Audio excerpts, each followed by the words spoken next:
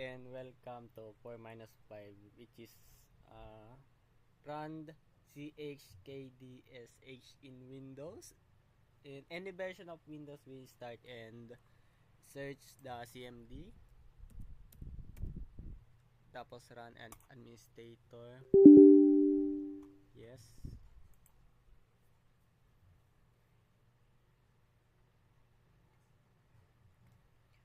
Just type ng ito siya, malalabasan niya, may Microsoft Windows version 10.0. Then search natin ng chk dsk.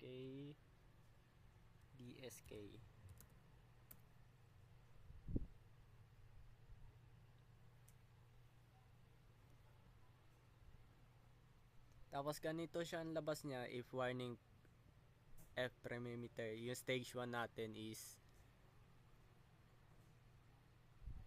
examine basic file structure. Ganito siya, may process siya, which is hintay na lang natin siya hanggang may kita to step 3 siguro. Ayan na, hintay na lang natin siya mga few seconds bago siya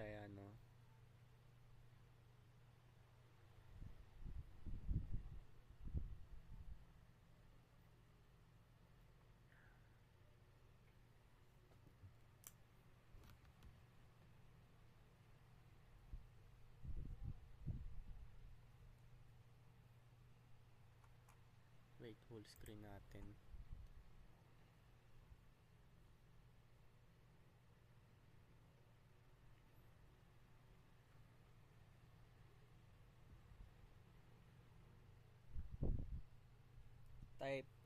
Just type pag natapos na, sabay type natin ng chkdsk/f.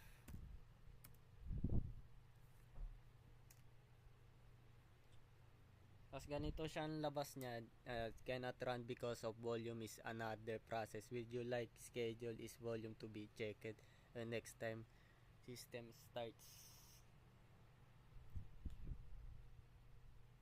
And then pag na okay na ito, for example, na okay na itong lahat na to, close natin to lahat.